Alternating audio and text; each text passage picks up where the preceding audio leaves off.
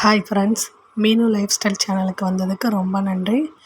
நீங்கள் எல்லாருமே நம்ம சேனலுக்கு புதுசாக இருந்தால் லைக் அண்ட் சப்ஸ்கிரைப் பண்ணிக்கோங்க. இன்றைக்கி என்னோடய பிறந்த வீட்டு ஸ்டோரியை தாங்க பார்க்க போகிறோம். என்னோடய அம்மா வீடு வந்து ராஜபாளையங்க. எனக்கு வந்து ஒரு அண்ணன், ஒரு தம்பி. அப்புறம் நாங்கள் வந்து ரொம்ப கஷ்டப்படுற குடும்பம் தான். ரொம்ப ஏழையாக இருந்து ரொம்பவே கஷ்டப்படுற குடும்பம் தான். இன்னமும் எங்கள் அம்மாவும் அப்பாவும் கஷ்டப்பட்டுக்கிட்டு இருக்காங்க தான். ஏன்னா என்னைய நல்லபடியாக கல்யாணம் பண்ணி கொடுக்கணும் அப்படின்னு சொல்லிட்டு எங்கள் அம்மா என்னை தூரமாக இந்த மாதிரி கல்யாணம் பண்ணி கொடுத்தாங்க. ஏன்னா அதே ஊரில் நீயும் வேலை செஞ்சு கஷ்டப்பட வேண்டாம், நான் செஞ்ச வேலை என்னோடவே அந்த கஷ்டம் போகட்டும், நீயாவது நல்லா இருக்கணும் அப்படின்னு சொல்லி தான் எங்கள் அம்மா என்னை வந்து ஒரு வீடு இருக்கவருக்கு தான் கல்யாணம் பண்ணி தரணும் அப்படின்னு சொல்லி கல்யாணம் பண்ணி கொடுத்தாங்க. அப்பா வந்து கேரளாவில் சமையல் மாஸ்டராக வந்து கொஞ்ச நாள் வேலை பார்த்தாங்க. அப்புறம் எனக்கு கல்யாணம் ஆனதுக்கப்புறம் அப்பாவுக்கு சுகர் கொஞ்சம் அதிகமாகிடுச்சு. அதனால் அவங்களோட ஒரு காலே எடுக்க மாதிரி நிலமை. இப்போ அம்மா தான் அப்பாவை நல்லா பார்த்துக்கிறாங்க. ஆனாலும் அப்பாவும் அம்மாவும் வேலை செய்யாமலாம் இல்லை. அண்ணனும் தம்பியும் சில்லி சிக்கன் கடை வச்சுருக்காங்க.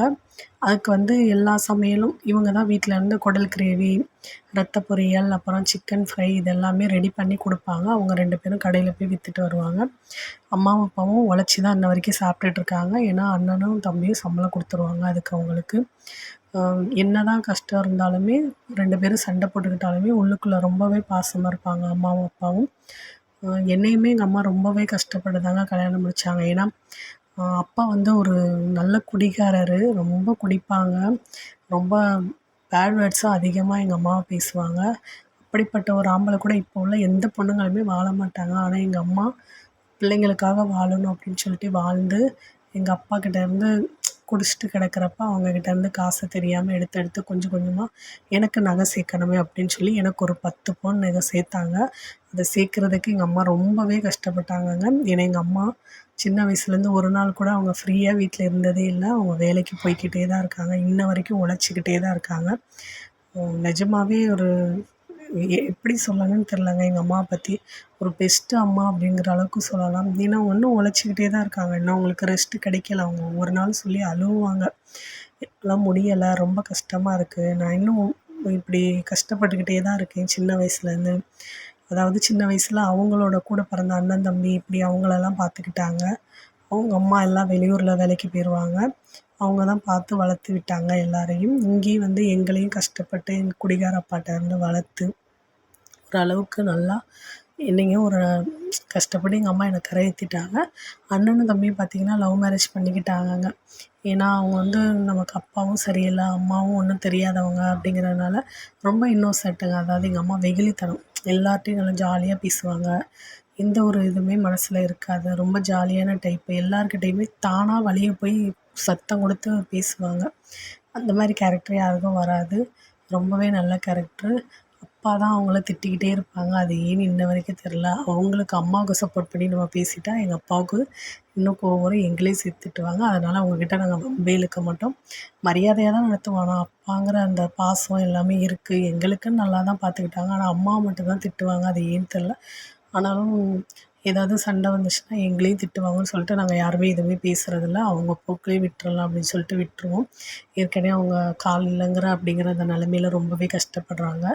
அதனால் பொறுமையாக போவோம் அப்படின்னு சொல்லிட்டு அப்பாவை எதுவுமே திட்டுறதில்ல. அம்மாவும் ஏதோ அவங்க கூட இருந்து இன்ன வரைக்கும் ஃபேமிலியை ரன் பண்ணிக்கிட்டு இருக்காங்க. நான் எப்போயாவது ராஜபாளையம் போனால் அந்த வீடியோவும் உங்களுக்கு ஷேர் பண்ணுறேன். என்னோடய அப்பா அம்மாவை.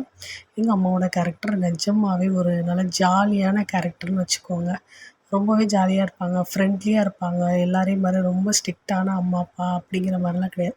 கல்யாணத்துக்கு முன்னாடி அப்படி இருந்தாங்க.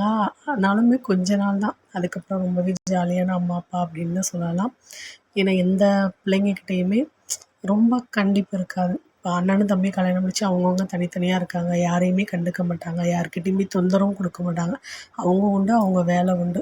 அவங்களுக்கு சாப்பாடு காசு வருதா அவ்வளோதான். அதை மட்டும் வாங்கிட்டு அமைதியாக இருந்துக்கிடுவாங்க, ஒதுங்கிக்கிடுவாங்க. யாரோட பிரச்சனையும் தலையிட மாட்டாங்க.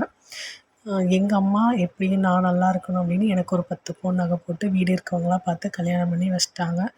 என்னோடய வாழ்க்கையும் நல்ல ஹஸ்பண்டு நல்லபடியாக தான் போய்க்கிட்டு இருக்கு. சுற்றி இருக்க உறவுகள் சரியில்லை.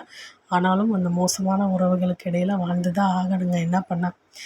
நம்ம அம்மா அப்பா ஏற்கனவே கஷ்டப்படுறவங்க. அவங்கள கஷ்டம் கொடுக்கக்கூடாது அப்படிங்கிறக்காக எனக்கு என்னோடய ஹஸ்பண்டு நல்ல கேரிங்கான ஹஸ்பண்ட் அப்படிங்கிறதுனால இந்த வாழ்க்கையை நமக்கு கிடைச்சா நல்ல வாழ்க்கை அப்படின்னு சொல்லிட்டு நான் வாழ்ந்துக்கிட்டு இருக்கேன்.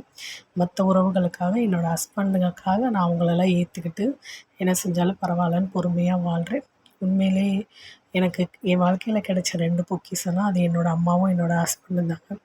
உண்மையில அவங்க ரொம்பவே எத்தனை ஜென்மம் புண்ணியம் பண்ணமோ அவங்க 2 பேரும் எனக்கு கிடைச்சதுக்கு. இவங்க 2 பேருமே எங்கள் அம்மாவோட கேரக்டர் என்னோடய ஹஸ்பண்ட் கேரக்டர் 2மே ஒன்றுங்க.